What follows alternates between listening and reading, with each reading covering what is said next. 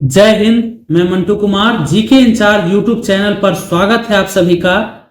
हम सभी वीडियो के माध्यम से टेस्ट सीरीज को बनाते हुए बिहार दरोगा जो कि एग्जाम 2025 में होने की संभावना बनती है, जिसका नोटिफिकेशन अभी नहीं आया है और 2000 से अधिक पोस्ट आने की संभावना है।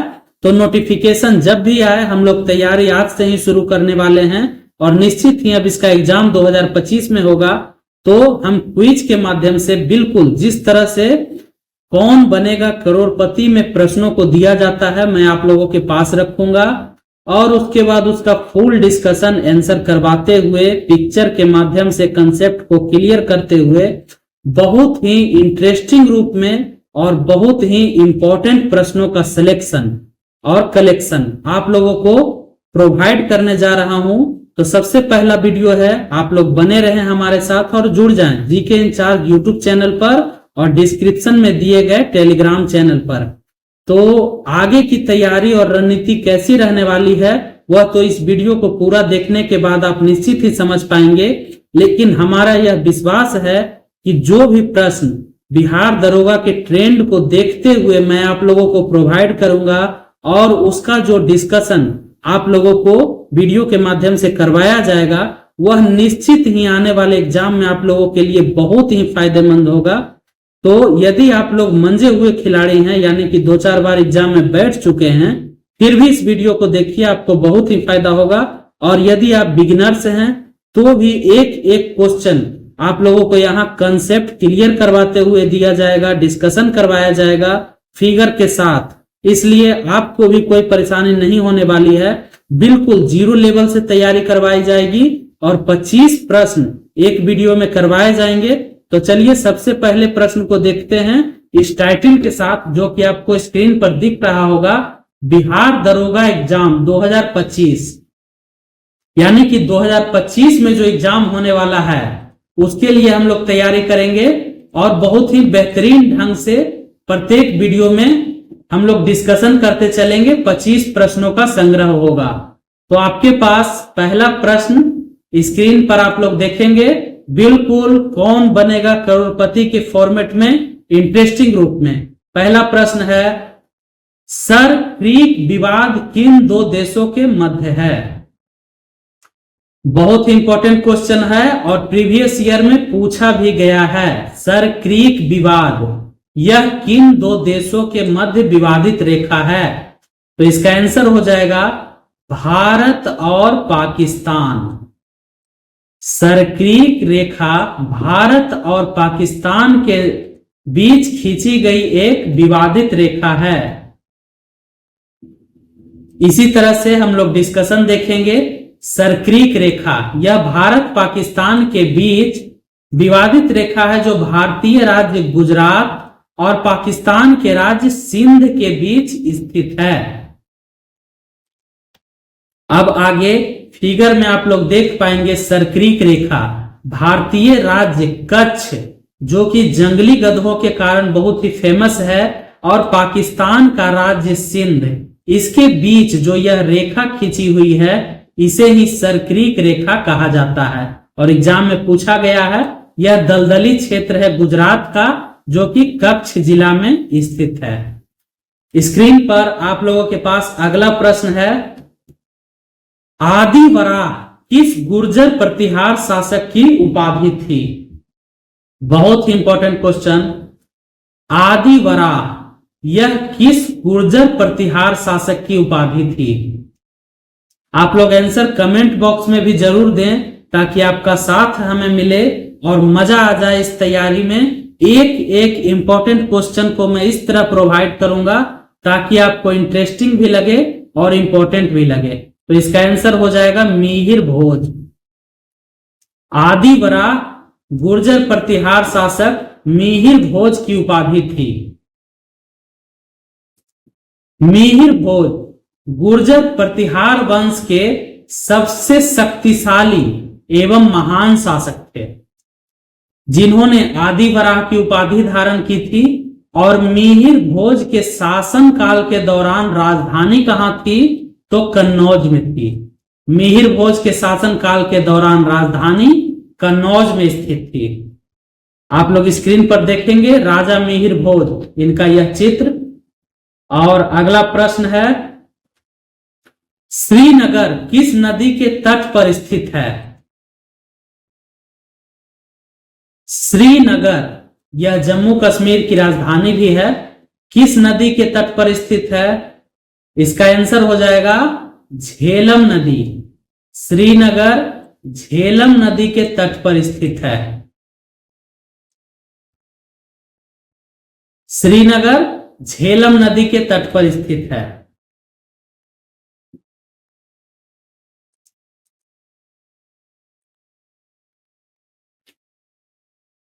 डिस्कशन देखेंगे।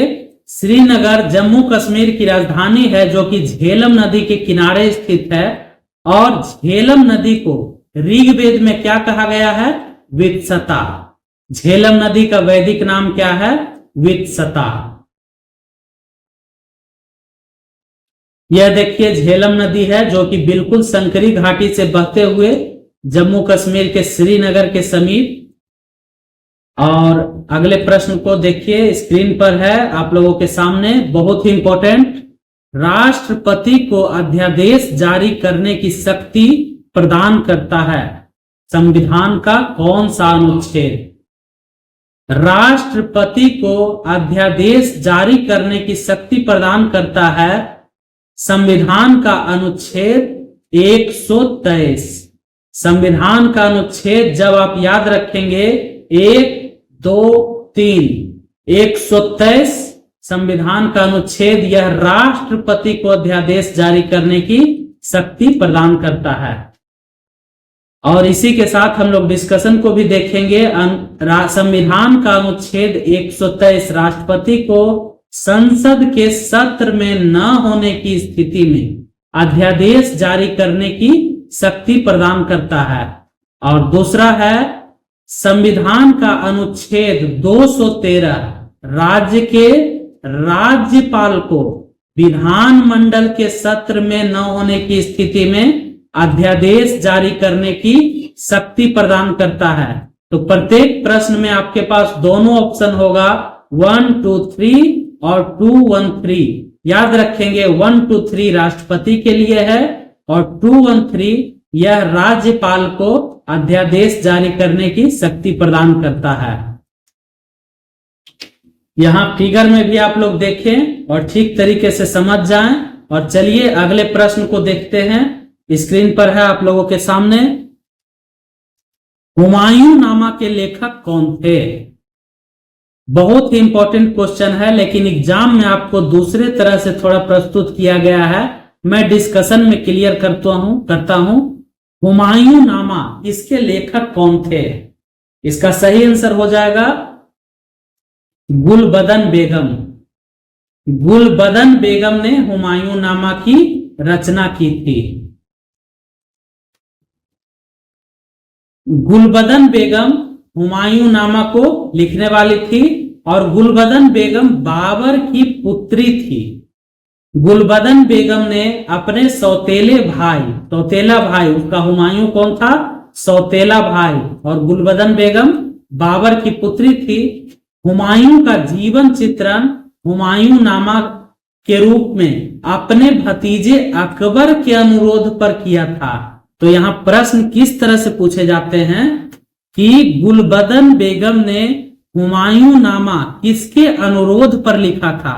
तो अपने भतीजे यानी कि हुमायूं का बेटा अकबर के अनुरोध पर। यही प्रश्न पूछता है कि हुमायूं नामा की रचना गुलबदन बेगम ने किसके अनुरोध पर की थी?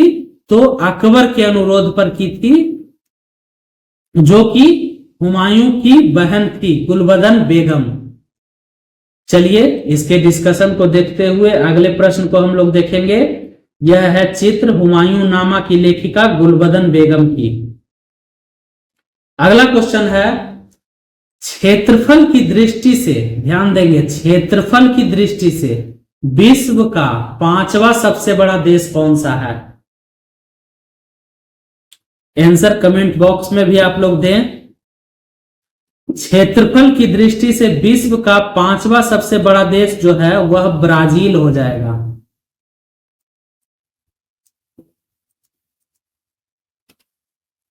डिस्कशन को देखेंगे। आंसर ब्राजील होगा। क्षेत्रफल की दृष्टि से ब्राजील दुनिया का 5वां सबसे बड़ा देश है। ब्राजील दक्षिण अमेरिका महाद्वीप में स्थित है। ब्राजील दक्षिण अमेरिका, 7 महाद्वीप हैं जिसमें कि दक्षिण अमेरिका महाद्वीप में ब्राजील स्थित है। ब्राजील दक्षिण अमेरिका में फैला हुआ क्षेत्रफल की दृष्टि से और आबादी के दृष्टि से सबसे बड़ा देश है। कहां? दक्षिण अमेरिका में क्षेत्रफल और आबादी के हिसाब से सबसे बड़ा देश ब्राजील है। कौन है? ब्राजील। ब्राजील की राजधानी कहां है? ब्राजीलिया। पूछा हुआ प्रश्न है, ब्राजील की राजधानी कहां है? ब्राजीलिया। और ब्राजील की मुद्रा का नाम क्या है? यह भी पूछा गया है, रियाल। ब्राजील की मुद्रा का नाम है रियाल। थोड़ा मैप में भी आप लोग ब्राजील का चित्र देख लेंगे ताकि कंसेप्ट क्लियर हो जाए। यह ब्राजील देश है और इसकी राजधानी ब्राजीलिया यहां स्थित है। और किस महाद्वीप में है? दक्षिण अमेरिका। चलिए अगले प्रश्न पर चलते हैं। सीमांत लागत प्रत्यक्ष रूप से किसके बराबर होता है? इकोनॉमिक्स का यह क्वेश्चन बहुत ही इंपॉर्टेंट है। सीमांत लागत प्रत्यक्ष रूप से किसके बराबर होती है? इसका आंसर होगा ऑप्शन नंबर बी, परिवर्तनीय लागतों के। सीमांत लागत परिवर्तनीय लागतों के बराबर प्रत्यक्ष रूप से होती है। और यहां ग्राफिंग के साथ आप लोग देखेंगे इसका आंसर। सीमांत लागत कुल परिवर्तित लागत में हुई वृद्धि के बराबर होती है। और इकोनॉमिक्स के क्षेत्र में इसका इस तरह से ग्राफिक किया जाता है जिसे आप लोग यहां देखेंगे। और अगला प्रश्न है, सर्वाधिक जैव विविधता कहां पाई जाती है?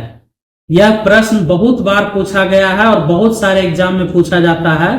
सर्वाधिक जैव विविधता, जैव विविधता का अर्थ होता है जीवों में बहुत अधिक भिन्नता, यानी कि पेड़ पौधे और जीव जंतु में बहुत ही अधिक भिन्नता ज्यादा से ज्यादा कहां पाई जाती है? इसका आंसर होगा उष्णकटिबंधीय वर्षा वाले वन क्षेत्रों में। उष्णकटिबंधीय वर्षा वाले वन क्षेत्रों में सर्वाधिक जैव विविधता पाई जाती है। इसके डिस्कशन को भी देखिए कि विश्व की सबसे अधिक जैव विविधता, ध्यान देंगे, विश्व की सबसे अधिक जैव विविधता उष्णकटिबंधीय वर्षा वाले वन क्षेत्रों में पाई जाती है। जो कि उष्णकटिबंधीय वर्षा वन क्षेत्र कहां होता है? भूमध्य रेखा के उत्तर या दक्षिण में लगभग 28 डिग्री के भीतर, यानी भूमध्य रेखा के उत्तर 28 डिग्री के लगभग और दक्षिण में 28 डिग्री के लगभग यह जो क्षेत्र है यह उष्णकटिबंधीय वर्षा वन का क्षेत्र होता है। और यहां आप लोग गौर करेंगे तो भारत में सबसे अधिक जैव विविधता कहां पाई जाती है? तो 28 डिग्री के अंदर का ही क्षेत्र होगा। वह क्षेत्र है तमिलनाडु का, जो कि ऑप्शन में आप लोगों के पास दिया जाएगा नीलगिरी। नीलगिरी का पहाड़ी क्षेत्र, वहां सबसे अधिक जैव विविधता भारत में पाई जाती है। अब हम लोग आगे बढ़ेंगे। थोड़ा डिस्कशन को आप लोग यहां पिक्चर में देखें। यह है बायोडाइवर्सिटी, यानी कि जैव विविधता। बहुत ही अधिक प्रकार के जीव जंतु पेड़ पौधे जहां पाए जाते हैं उसे ही जैव विविधता वाला क्षेत्र घोषित किया जाता है। अगला प्रश्न है, निम्न में से कौन भारत में ज्वालामुखी द्वीप है? निम्नलिखित में से कौन भारत में ज्वालामुखी द्वीप है? आंसर हो सके तो आप लोग कमेंट बॉक्स में देंगे। इसका आंसर होगा बैरन द्वीप। बैरन द्वीप भारत का एकमात्र सक्रिय ज्वालामुखी है। बैरन द्वीप भारत का एकमात्र सक्रिय ज्वालामुखी है। बैरन द्वीप कहां स्थित है? अंडमान सागर में।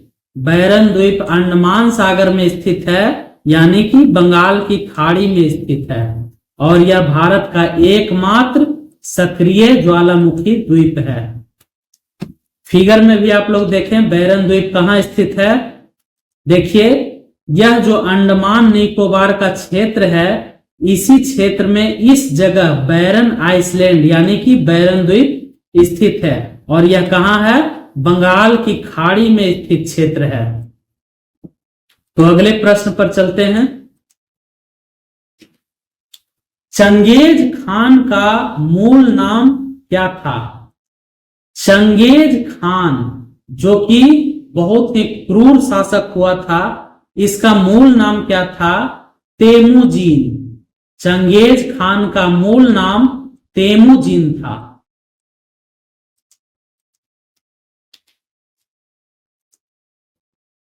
चंगेज खान के बचपन का नाम तेमुजीन था। चंगेज खान एक मंगोल शासक था, यानी मंगोलिया जो देश है वहां का शासक रहा था चंगेज खान। और प्रश्न पूछा गया है कि मंगोलिया देश की राजधानी कहां है, तो इसका सही आंसर हो जाएगा उलान बटोर। मंगोलिया की राजधानी कहां है, उलान बटोर। ध्यान रखेंगे चंगेज खान मंगोलिया का शासक था। ध्यान दीजिए यहां चंगेज खान का चित्र बना हुआ है जो कि मंगोलिया देश में इस तरह उसकी प्रतिमा स्थापित की गई है। और अगला प्रश्न है आप लोगों का, विधवा पुनर्विवाह अधिनियम 1856। विधवा पुनर्विवाह अधिनियम 1856 किस गवर्नर जनरल के समय में पास हुआ। ध्यान दीजिएगा किस गवर्नर जनरल के समय में पास हुआ था। इसका सही आंसर क्या हो जाएगा, लॉर्ड कैनिंग। Lord Canning. विधवा पुनर्विवाह अधिनियम लॉर्ड कैनिंग के समय में पास किया गया था। हिंदू विधवा पुनर्विवाह अधिनियम 1856 ईस्वी में लॉर्ड कैनिंग के समय में पास हुआ था। हिंदू विधवा पुनर्विवाह अधिनियम 1856, इसका मसौदा लॉर्ड डलहौजी ने तैयार किया था। ऑप्शन में डलहौजी भी था, तो लॉर्ड डलहौजी ने इसका मसौदा तैयार किया था, इसका प्रारूप तैयार किया, लेकिन उनके जाने के बाद इसे लॉर्ड कैनिंग ने पारित किया था और कानून बना दिया था। और किसके सहयोग से यह कानून बनाया गया, तो हिंदू विधवा पुनर्विवाह अधिनियम 1856 ईस्वी में ईश्वर चंद्र विद्यासागर के बहुत अधिक प्रयास करने के बाद लागू हो पाया था यह अधिनियम। आप लोग को फिगर के माध्यम से प्रोवाइड किया गया है, कुछ जानकारी है, आप लोग यहां पढ़ के याद कर लेंगे। लॉर्ड कैनिंग की यह तस्वीर भी ध्यान रखेंगे ताकि याद रह पाए। चलिए अगले प्रश्न पर चलते हैं और ध्यान देंगे लॉर्ड कैनिंग का कार्यकाल 1856 से 1862 तक रहा था और इसके समय में भारत शासन अधिनियम भी लाया गया था, इसे भी याद रखना है।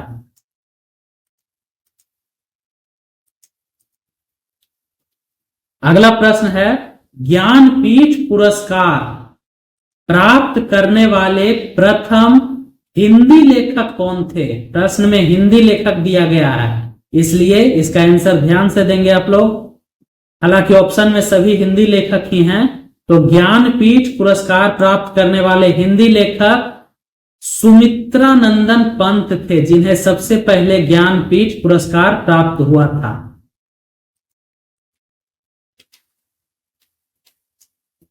सुमित्रानंदन पंत एक छायावादी कवि के रूप में जाने जाते हैं। सुमित्रानंदन पंत को ज्ञानपीठ पुरस्कार हिंदी क्षेत्र में, हिंदी साहित्य में दिया गया था और सबसे पहला पुरस्कार दिया गया वर्ष 1968 में। सुमित्रानंदन पंत को उनकी कीर्ति चिदंबरा के लिए, ध्यान देंगे पूछता है चिदंबरा की रचना किसने की थी, यानी चिदंबरा के रचनाकार कौन थे, तो सुमित्रानंदन पंत। और इसकी रचना के लिए 1968 में उन्हें ज्ञानपीठ पुरस्कार से सम्मानित किया गया था।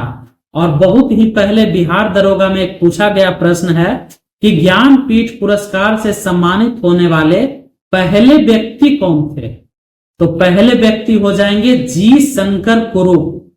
यह पूछा गया प्रश्न है, इसलिए याद रखेंगे जी शंकर कुरूप यह ज्ञानपीठ पुरस्कार से सम्मानित सबसे पहले व्यक्ति थे। चलिए आगे बढ़ते हैं। तो चित्र में आप लोग देखेंगे सुमित्रा नंदन पंत को, जिन्हें ज्ञानपीठ पुरस्कार हिंदी साहित्य के लिए दिया गया था। अगला प्रश्न है, चुंबी घाटी किस राज्य में स्थित है? इस तरह के प्रश्न, छोटे छोटे प्रश्न बहुत ही डिफिकल्ट होते हैं, लेकिन याद रखना बहुत ही आसान है यदि आप जीके इंचार्ज यूट्यूब चैनल को सब्सक्राइब कर लेते हैं और प्रत्येक वीडियो को देखते चलते हैं। चुंबी घाटी किस राज्य में स्थित है? इसका सही आंसर हो जाएगा सिक्किम। चुंबी घाटी सिक्किम में स्थित है और 2-3 देश से भी मिलता है यह घाटी, डिस्कशन में देखेंगे।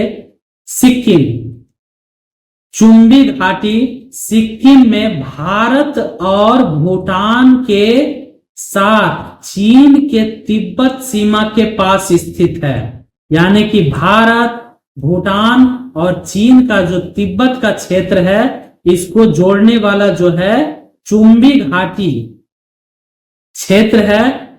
और प्रश्न पूछता है नाथुला दर्रा कहाँ स्थित है? सिक्किम में स्थित है। यह क्षेत्र भी चुंबी घाटी के समीप ही स्थित है, इसीलिए डिस्कशन में साथ ही याद करेंगे। नाथुला दर्रा सिक्किम में स्थित है। और साथ ही याद रखें जेलेपला दर्रा, यह कहाँ स्थित है? यह भी सिक्किम में ही स्थित है। जेलेपला दर्रा सिक्किम में स्थित है। देखिए फिगर में यहां पर चुंबी घाटी जो है चीन का क्षेत्र, यहां तिब्बत का जो एरिया है चीन का, यहां भूटान का जो एरिया है यहां, और सिक्किम जो भारत का क्षेत्र है, इस तीनों को जोड़ने वाला जो क्षेत्र है यही है चुंबी घाटी। और यह भारत में सिक्किम राज्य के समीप स्थित क्षेत्र है। चलिए अगले प्रश्न पर। सिंधु घाटी सभ्यता में घोड़े की अस्थियों के अवशेष कहां मिले हैं? बहुत पूछता है ऐसा क्वेश्चन। सिंधु घाटी सभ्यता में यानी हड़प्पा सभ्यता में घोड़े की अस्थियों के अवशेष कहां मिले हैं? तो इसका आंसर हो जाएगा सुरकोटदा। सुरकोटदा इसका आंसर हो जाएगा।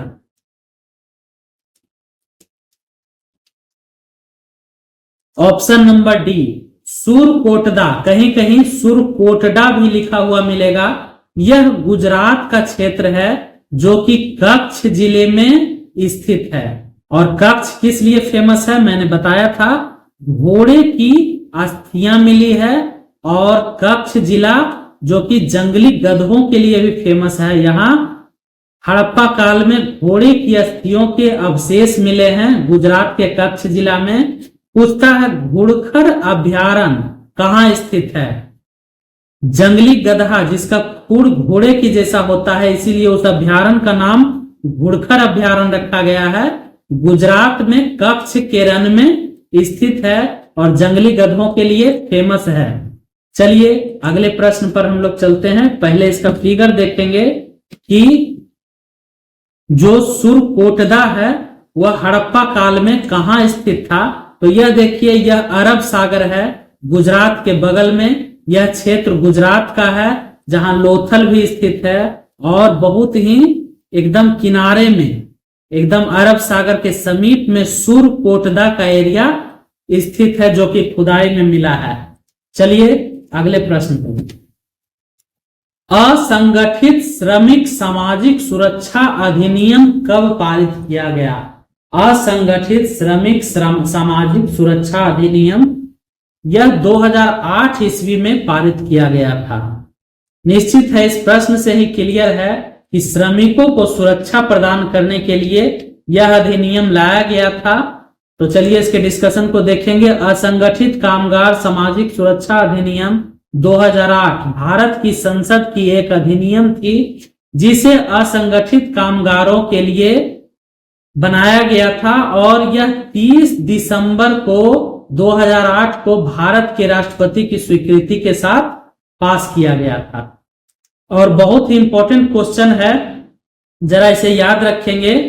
अंतर्राष्ट्रीय श्रमिक दिवस कब मनाया जाता है? श्रमिकों से जुड़ा हुआ यह प्रश्न।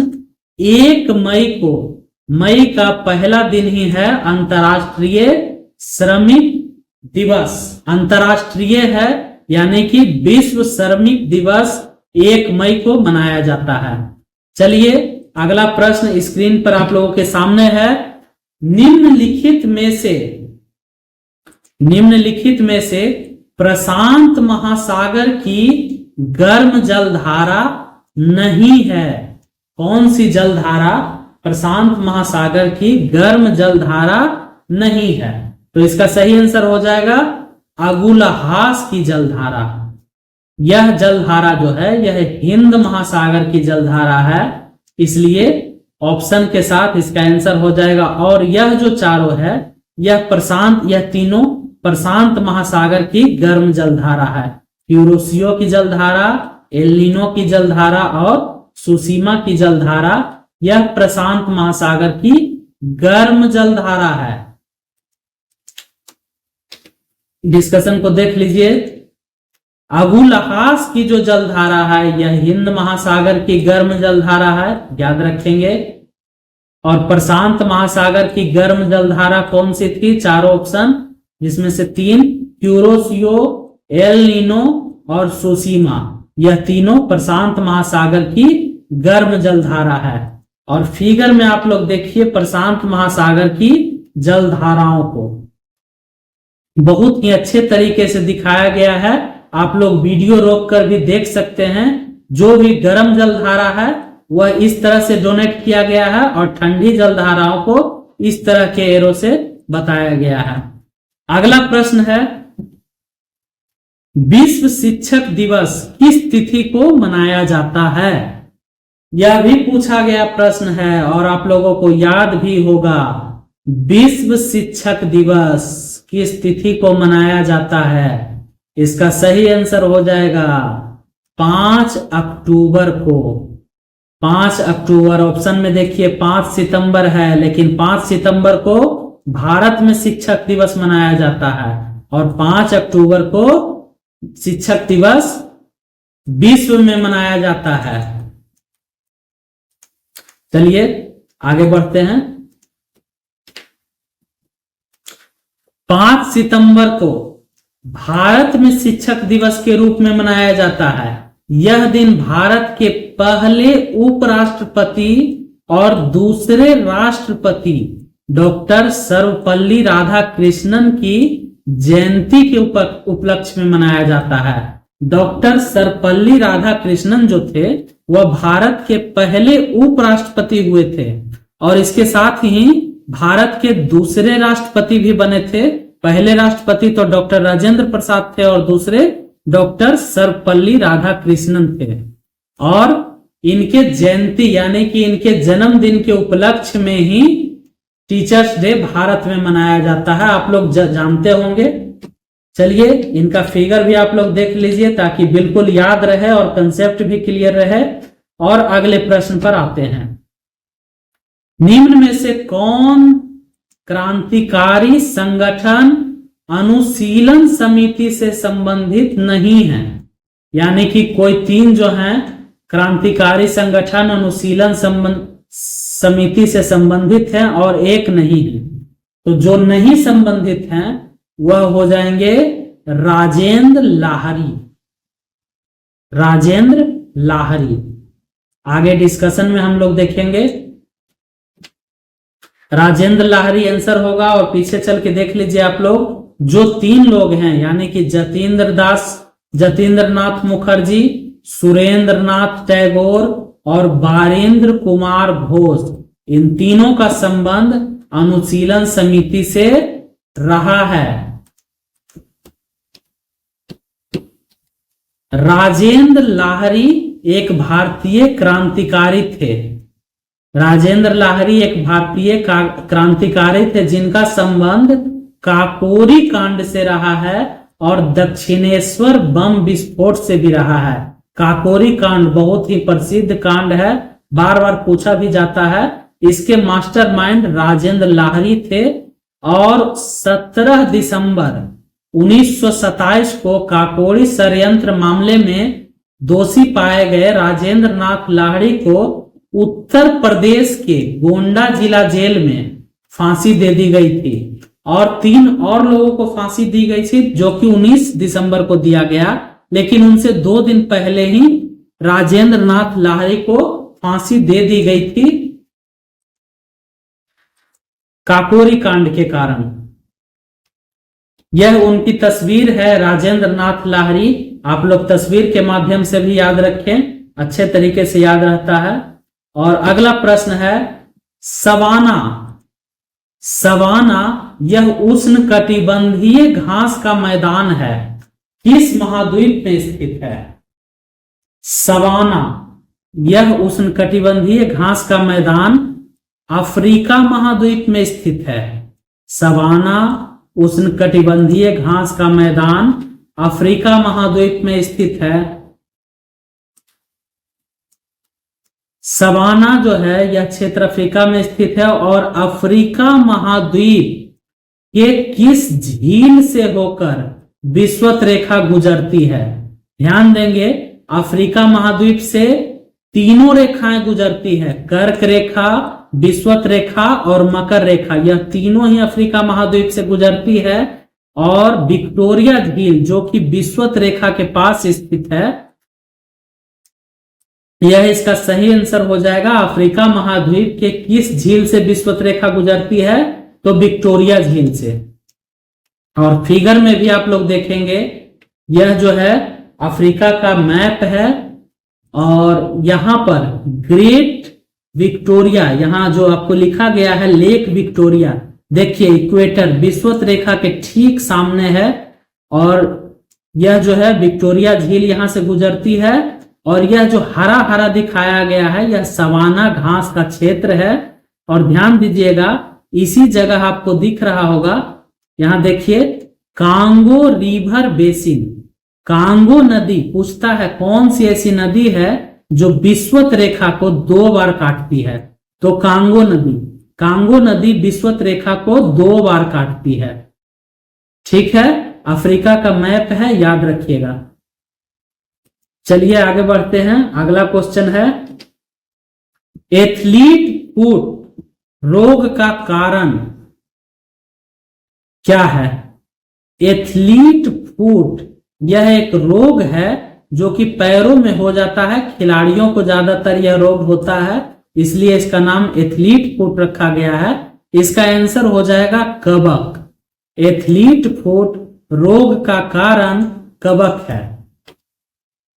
और किस कवक के कारण यह रोग होता है? तो टीनिया पेडिस नामक कवक के कारण।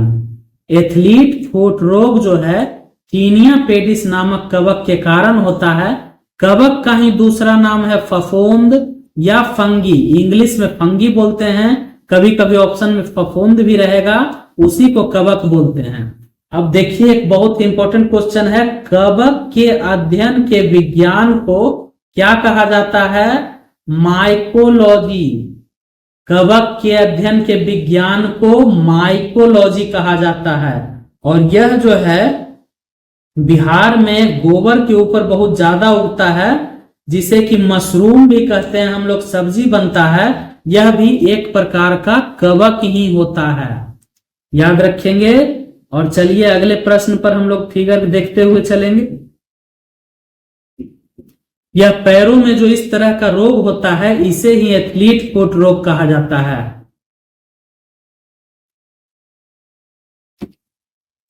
किस ग्रह पर पृथ्वी के समान ही ऋतु परिवर्तन होता है? ऐसा कौन सा ग्रह है जहां पृथ्वी के जैसा ही ऋतु परिवर्तन होते रहता है? याद रखें, और याद है तो कमेंट बॉक्स में इसका आंसर भी दें और वीडियो को हो सके तो एक लाइक जरूर कर दें ताकि हमारा उत्साह बढ़े और हम आपके साथ इसी तरह से आगे बढ़ते चलें। इसका आंसर हो जाएगा मंगल ग्रह। इस पर ऋतु परिवर्तन पृथ्वी के समान ही होता है। मंगल ग्रह को लाल ग्रह भी कहते हैं और इस पर पृथ्वी के समान ऋतु परिवर्तन होता है। लाल ग्रह किसे कहा जाता है? मंगल, मार्स को। मंगल ग्रह की मिट्टी लाल होने का कारण क्या है? Iron oxide. मंगल ग्रह की मिट्टी जो लाल दिखाई देती है, इसका कारण इसमें आयरन की मात्रा बहुत ज्यादा है और उसके ऑक्साइड वहां पाए जाते हैं।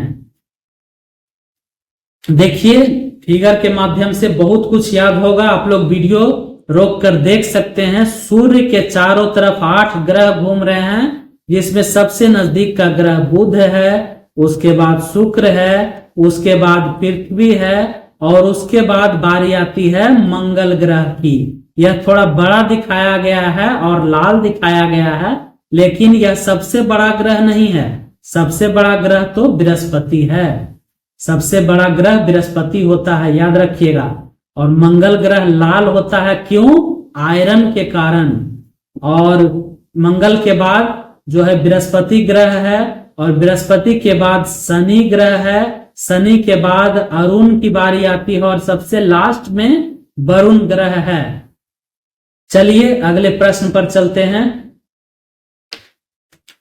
एग्रोस्ट्रोलॉजी, यह बिहार पुलिस के प्रीवियस ईयर में आपको यह प्रश्न मिल जाएगा। Bihar police constable exam, agrostology के अंतर्गत अध्ययन किया जाने वाला जो शाखा है वह आंसर क्या हो जाएगा? एग्रोस्ट्रोलॉजी के अंतर्गत घासों का अध्ययन किया जाता है। घास, ग्रास, इसका अध्ययन जो है एग्रोस्ट्रोलॉजी के अंतर्गत किया जाता है। और पामोलॉजी, आप लोग देखे होंगे ऑप्शन में फलों का अध्ययन भी दिया गया था। देखिए यहां फलों का, इसके अध्ययन को क्या कहते हैं? पामोलॉजी। फलों के अध्ययन को क्या कहा जाता है? पामोलॉजी। याद रखिएगा, पूछता है। फलों के अध्ययन को पामोलॉजी कहते हैं। और agrostology study of grass plants, घास के अध्ययन को एग्रोस्ट्रोलॉजी कहते हैं। अगला प्रश्न है, जिसका परमाणु क्रमांक एवं परमाणु भार दोनों समान हो वह तत्व कौन सा है? इसका आंसर हो जाएगा हाइड्रोजन। बिल्कुल याद रखिएगा, जिसका परमाणु क्रमांक और परमाणु भार दोनों बराबर पाया जाता है वह तत्व है हाइड्रोजन। हाइड्रोजन का सिंबल जो है हम लोग इसे H से डिनोट करते हैं और इसका परमाणु क्रमांक 1 होता है, 1। परमाणु क्रमांक 1 होता है। हाइड्रोजन की खोज किसने की थी? हेनरी केवेंडिश ने। बहुत पूछता है, हाइड्रोजन की खोज हेनरी केवेंडिश ने की थी। और हाइड्रोजन का परमाणु क्रमांक 1 होता है, परमाणु भार भी 1 होता है। आप लोग जरा इस फिगर के माध्यम से भी देखिए, हाइड्रोजन का बॉन्डिंग किया गया है जिसका परमाणु क्रमांक 1 बताया गया है। चलिए अगले प्रश्न पर चलते हैं। रंगोली किस राज्य की प्रमुख लोक कला है? मुझे विश्वास है आप लोग इसी वीडियो में याद करेंगे और बहुत ही इंटरेस्टिंग रूप में आगे बढ़ेंगे ताकि पढ़ने का मजा आ जाए। रंगोली यह किस राज्य की प्रमुख लोक कला है? यह कलाकारी किस राज्य की है? महाराष्ट्र की। रंगोली महाराष्ट्र की प्रमुख लोक कला है। और जब महाराष्ट्र से प्रश्न बना है तो लोनार झील यह कहां स्थित है? पूछा हुआ है, याद रखिएगा। लोनार झील बहुत ही इंपॉर्टेंट क्वेश्चन है, महाराष्ट्र में स्थित है। लोनार झील महाराष्ट्र में स्थित है। और न्हावा शेवा बंदरगाह मुंबई का बहुत ही फेमस पोर्ट है, बंदरगाह है, जिसका दूसरा नाम जवाहरलाल नेहरू बंदरगाह है। यह भी महाराष्ट्र के मुंबई में ही स्थित है। तो हम लोग महाराष्ट्र का फिगर देखेंगे, यह राज्य किस तरह का है। और रंगोली जो महाराष्ट्र की प्रमुख लोक कला है, बनाकर दिखाई गई है, तो यही महाराष्ट्र का फिगर है। इसे आप लोग याद रखेंगे। रंगोली महाराष्ट्र की प्रमुख लोक कला है। अब अगले प्रश्न पर आते हैं। सबसे अंतिम प्रश्न है, इसका आंसर आप लोग कमेंट बॉक्स में जरूर से जरूर देंगे। तृतीय बौद्ध संगीति, आप लोगों को याद होगा 4 बौद्ध संगीति करवाई गई थी, जिसमें से कि तृतीय बौद्ध संगीति किसके शासन काल में हुआ था? यह किसके शासनकाल में हुआ था? तृतीय बौद्ध संगीति। इसका आंसर हो जाएगा अशोक, सम्राट अशोक। इनके ही शासनकाल में तीसरी बौद्ध संगीति करवाई गई थी। और कहां करवाई गई थी? पाटलिपुत्र में। पाटलिपुत्र की धरती पर तीसरी बौद्ध संगीति, इसकी अध्यक्षता किसने की थी? मोगलीपुत्र तिस्स ने। तीसरी बौद्ध संगीति की अध्यक्षता मोगलीपुत्र तिस्स ने की थी। और इस समय किसका शासनकाल था? मौर्य वंश के राजा अशोक का शासनकाल था। तो डिस्कशन में आप लोग बहुत ही अच्छे तरीके से यहाँ देखिए, एकदम सब कुछ क्लियर कर दिया गया है। और फिगर भी हम लोग देखेंगे कि तीसरी बौद्ध संगीति का जो फिगर है, देखिए इसी तरह से बुद्ध भगवान लोगों को साथ में बैठाकर और जो बताया करते थे, जो उपदेश दिया करते थे, उसे ही बौद्ध संगीति का नाम दिया गया है। और इसके बाद आप लोग देखें कि आप लोगों को यह जो वीडियो बनाकर दे रहा हूं, यह जीके इंचार्ज मंटू कुमार की तरफ से दिया गया है। और टाइटल रखा गया है बिहार दरोगा एग्जाम 2025। यदि आप लोग तैयारी को अच्छे तरीके से करेंगे तो जरूर ही सफल होंगे। और जीके इंचार्ज को सब्सक्राइब करेंगे तो तैयारी का मजा आ जाएगा। और इसी तरह का अगला वीडियो पाने के लिए नोटिफिकेशन भी आप लोग ऑन रखें। तब तक के लिए धन्यवाद, नमस्कार, जय हिंद, जय जवान।